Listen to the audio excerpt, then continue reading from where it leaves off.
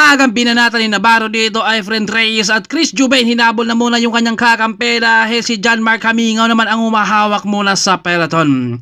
Matinding pigaan ngayon dahil dito mga Army, Navy at saka syempre dahil dito mga Standard Insurance, kaya matinding pigaan at bangkingan ng 2.0 kapag hindi kayo sanay rito. Medyo mahirap talaga nga kumurbada dyan, pero palitan dito ang mga Army. Wala na munang bantay kayon sa kampo dahil dito muna tayo sa bakbakan ng karera na muna tayo ha. Dito si John Mark Hamingaw pa rin ang humahatak. Marami silang nag-aantay sa likuran na kung sakaling sila naman ang gustong makakabanat, pero kailangan merong kang tansyado nila dito rin. At si Biker doon kung lumala mo na muna sa niligutom at palitan rito mga Team Army sa pagbanat. Marvin Tapik bumanat na naman. Si John Mark Hamingaw parang humahatak sa peloton. Sabi niya, sige banat lang kayo, akong bahala magtrango, pero mamaya siguraduhin nyo na hindi kayo mauubusan dahil ako na nga ang humahatak. Kailangan meron kayong pangbanat rin sa likuran. Kaya si John Mark parang humahatak sa peloton. Kaya maraming sumubok talaga rito. Palitan din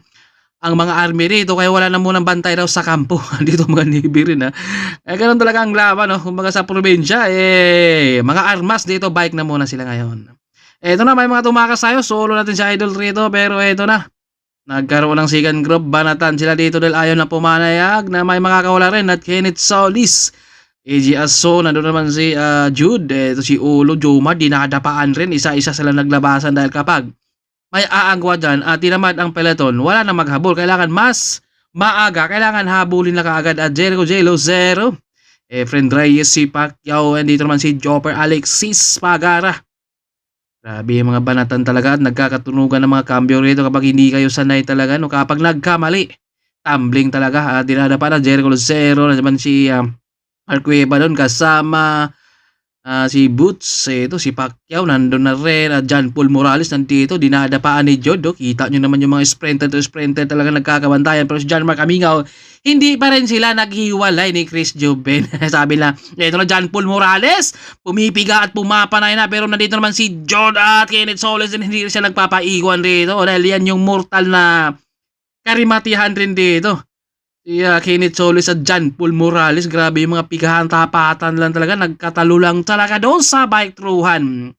Aso, nainip siya ditong sumama dito sa kanang grupo kay bumanat, pero meron na siyang kakampi at birakura naman ni John Paul. Ito naputol na nga sa George Conrad at mayroon tayong solo breakaway si Azor dito, pero nandito naman si Trens na naghahabol. Na inip siya so kanina dahil lang nga nagpahinga sila. Kailangan bumanat para si John Paul naman ang magko-control. Efren Reyes, John Paul, bantayan talaga sila dito, pahinga na muna.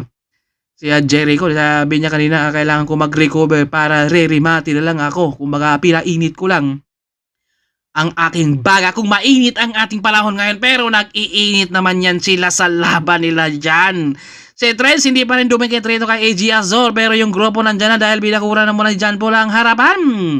Patuloy pa rin si Trent dito sa paghahabol. Ito, kumbaga discarte, kailangan mong gamitin ang kalaban para kung sakaling ikaw ay dumikit, ikaw naman ang bapan. At ganon talaga, pautakan lang. Huwag mong ubusin ang lakas, kailangan mo ring talaga gumamit ng discarte. Si Pacquiao, nandito naman si Alvin sa likuran, Edward, Archie, Cadania, Alexis, Juper, Lucero, si Russ, si Peter, Jomar, si Olo. Grabe yung mga dipinsahan talaga, no?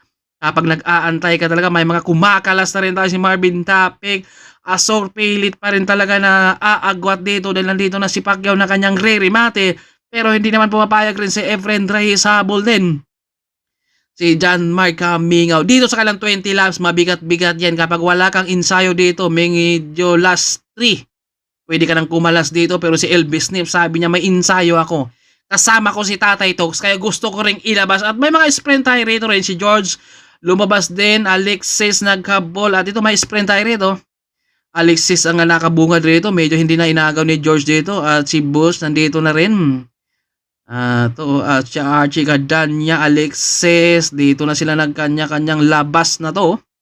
Dahil isip na dito na baka puputulin ng tuluyan. Kailangan nating gumawa ng diskarte. Kung may mga kakampi na kasi nasa harap, pwede nang hindi talaga lumabas na. At si George dahan-dahang umagwat dito sa kanilang tatlo. Archie, Cayube, Kenneth Solis, John Paul, binakuran dito.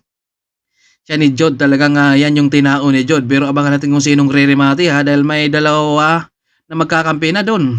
Standard Insurance nandun lang sa harapan din at George Honor dito, solo na talaga siya dito dahil naisip niya dito na baka sakaling makakawala ako, panayin ko ng dahan-dahan pero si Kayubit rito ay hindi pumapayag rin. No?